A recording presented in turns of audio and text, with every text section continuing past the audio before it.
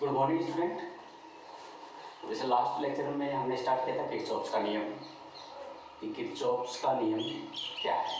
तो किरचॉफ्स ने दो नियम बनाए थे, एक विद्युत धारा से रिलेटेड और एक विभवांतर से रिलेटेड, विभव से रिलेटेड। तो हमने पहला नियम पढ़ लिया था किरचॉफ्स का प्रथम नियम, जिसे आवेश संरक्षण का नियम भी कहते हैं।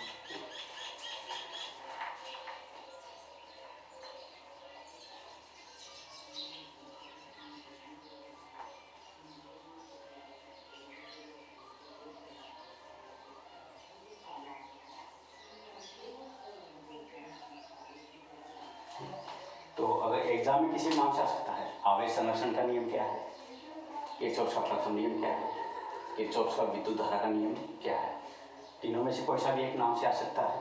परिभाषा एक ही है कि किसी भी परिपथ के किसी भी बिंदु पर, परिपथ के किसी भी बिंदु पर आने वाली धारा और जाने वाली धारा का योग हमेशा शून्य होता है, या हम कह सकते हैं कि आने वाली धारा और जाने वाली धारा का योग हमेशा बराबर होता है। दोनों तरह से बोल सकते हैं कि इस बिंदु पर कितनी धारा आ रही है, कितनी धारा जा रही है।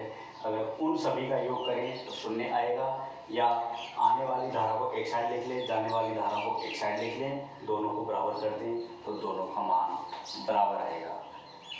ठीक है, तो ये प्रथम नियम था किरचॉफ्स का, ठीक है, या आवेश संरक्षण का नियम, या किरचॉफ्स का विद्युत धारा का नियम। ठीक है, अब दूसरा नियम पढ़ते हैं इसका, विभवांतर का नियम।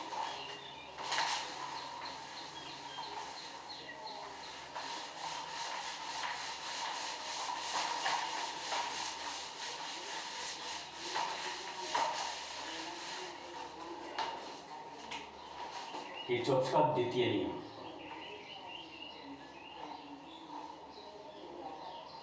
या किरचॉफ्स का विभवांतर का नियम।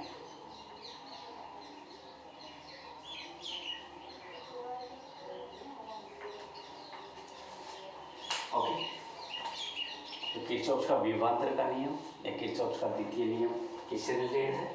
वोल्टेज से रिलेटेड है। प्रथम नियम करंट से रिलेटेड था। तो यहाँ हम कोई भी परिपथ लेते हैं, एक परिपथ बना लेते हैं यहाँ पर,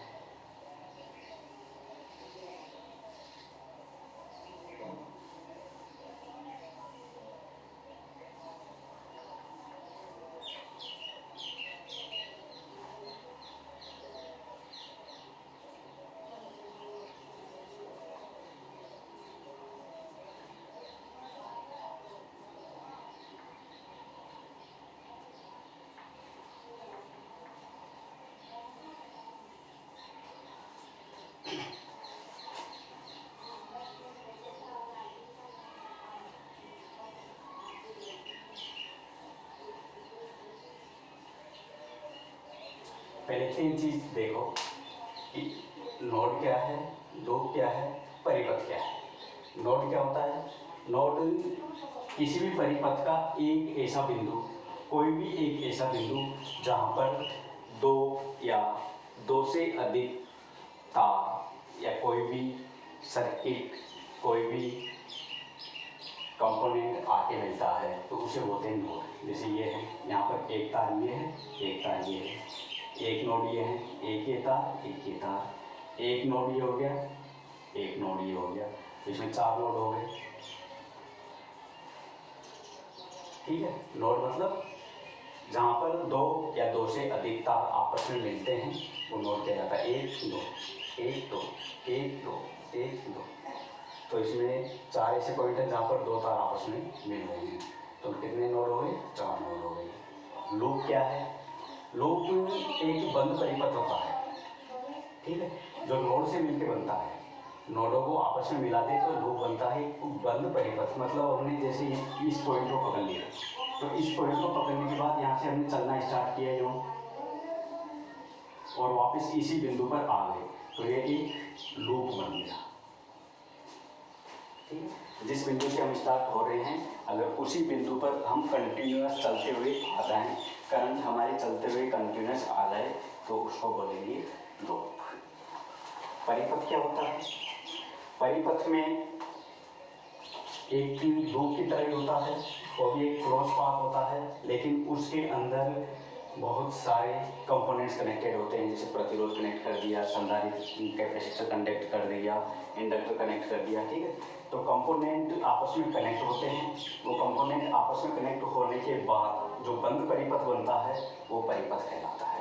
तो इस पूरे को हम परिपथ बोलेंगे, सिर्फ क्लोज पाथ को हम परिलोक बोलेंगे, और जो पॉइंट हैं जहाँ पर दो से अधिक पॉइंट आपस में मिल रहे हैं उनको बोलेंगे हम नोड, ठीक है। तो ये न्यूमेरिकल करेंगे तब ये काम आएगा, ठीक है, लेकिन परिभाषा में ये काम नहीं आएगा। परिभाषा क्या है इसकी, ये देखो,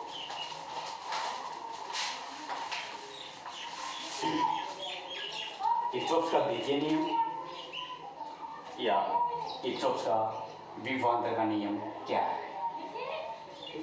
तो किसी भी लूप में, हमें यह टर्म यूज कर रहा हूँ लूप, तो आपको पता होना चाहिए लूप क्या होता है, एक बंद परिपथ। तो किसी भी लूप में या किसी भी परिपथ में, किसी भी परिपथ में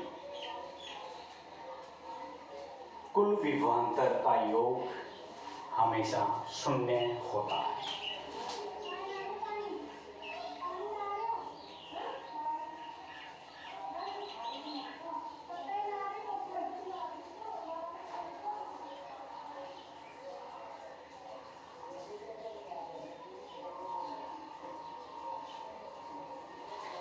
ये विभवांतर का नियम है किरचॉफ का, कि कोई भी परिपथ है, उस परिपथ में जो जितना भी विभवांतर है, जो कुल विभवांतर है, उसका योग हमेशा शून्य होगा।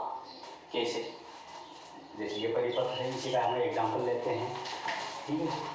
एक विभव हमने बैटरी लगा दी V1, प्रतिरोध लगा रखा है जिसके अंदर करंट फ्लो हो रही है I, तो इसका विभव कितना हो जाएगा,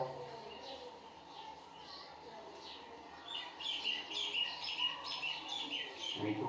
इसके अंदर भी I करंट जा रही है, इसका विभव कितना हो जाएगा, V3। इसका विभव कितना हो जाएगा, V4, ठीक है। प्लस से माइनस हमेशा, ठीक है। तो इसमें चार विभव हो गए,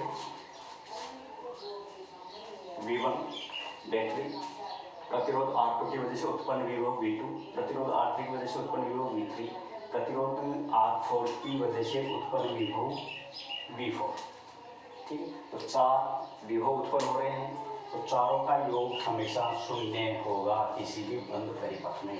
तो V1 plus V2 plus V3 plus V4 equal to 0। ध्यान से देखिए,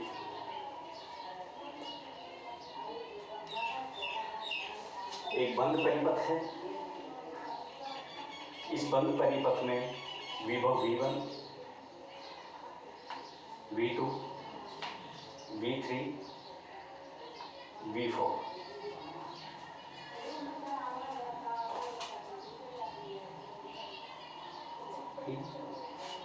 प्लस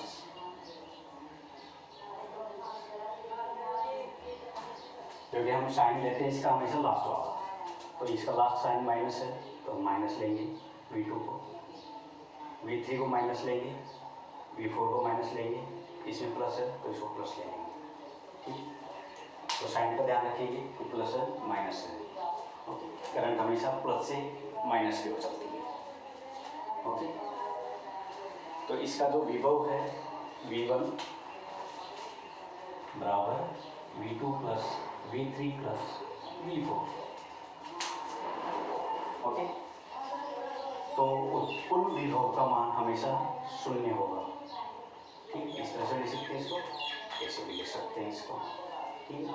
तो पॉजिटिव वाला विभव और ये तीनों नेगेटिव वाला विभव, ठीक, करंट की डायरेक्शन के साथ, ठीक है। तो ये दूसरा नियम है, विभवांतर का नियम बोलते हैं या किरचॉफ का द्वितीय नियम बोलते हैं।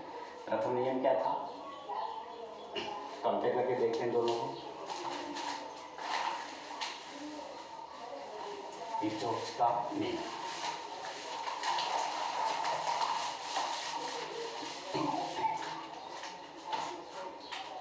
प्रथम नियम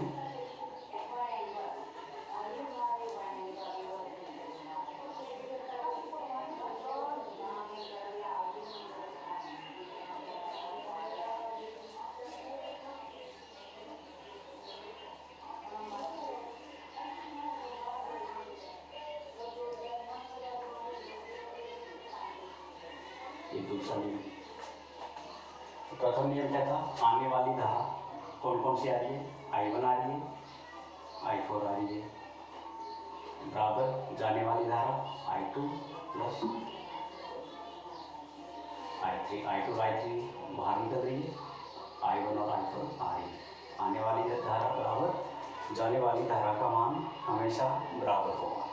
दूसरा नियम क्या था, किसी भी बंद परिपथ में उत्पन्न विभवांतर का मान हमेशा शून्य होगा। तो ये दो नियम हैं, दोनों की परिभाषा याद रहनी चाहिए। एग्जाम्पल के साथ कोई भी एग्जाम्पल आप ले सकते हैं, ठीक है।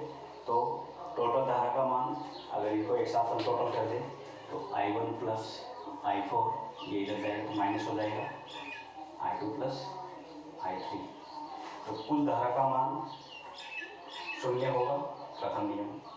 कुल विभव का मान शून्य होगा, द्वितीय नियम, ठीक।